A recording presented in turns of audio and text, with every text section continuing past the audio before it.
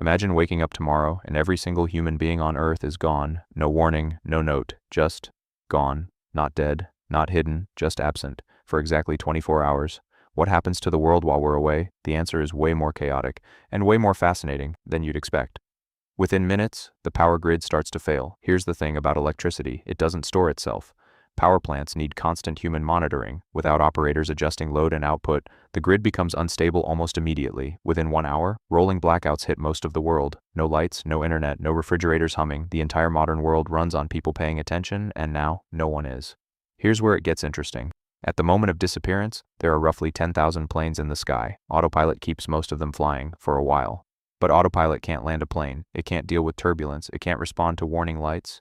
One by one, they run out of fuel and go down. Cars on the highway?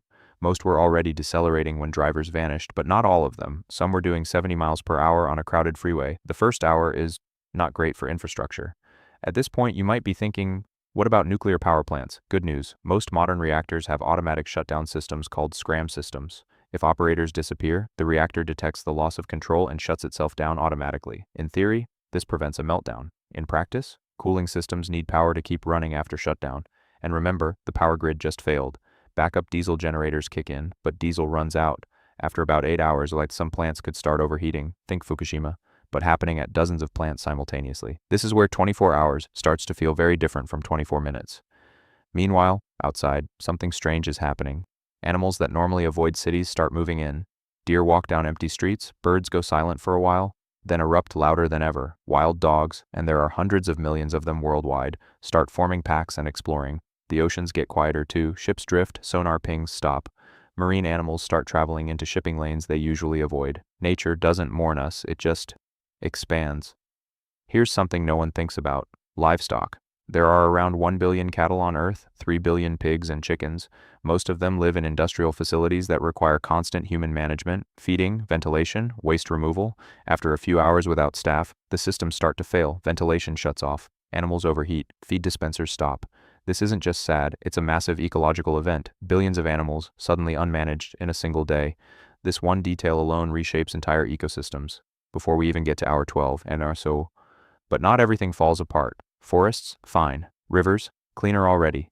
The atmosphere starts getting slightly less polluted within hours. Air quality over major cities improves almost immediately without vehicle emissions. The internet, interestingly, partially survives. Data centers have backup generators. Some servers keep running on their own for hours, silently serving requests that never come.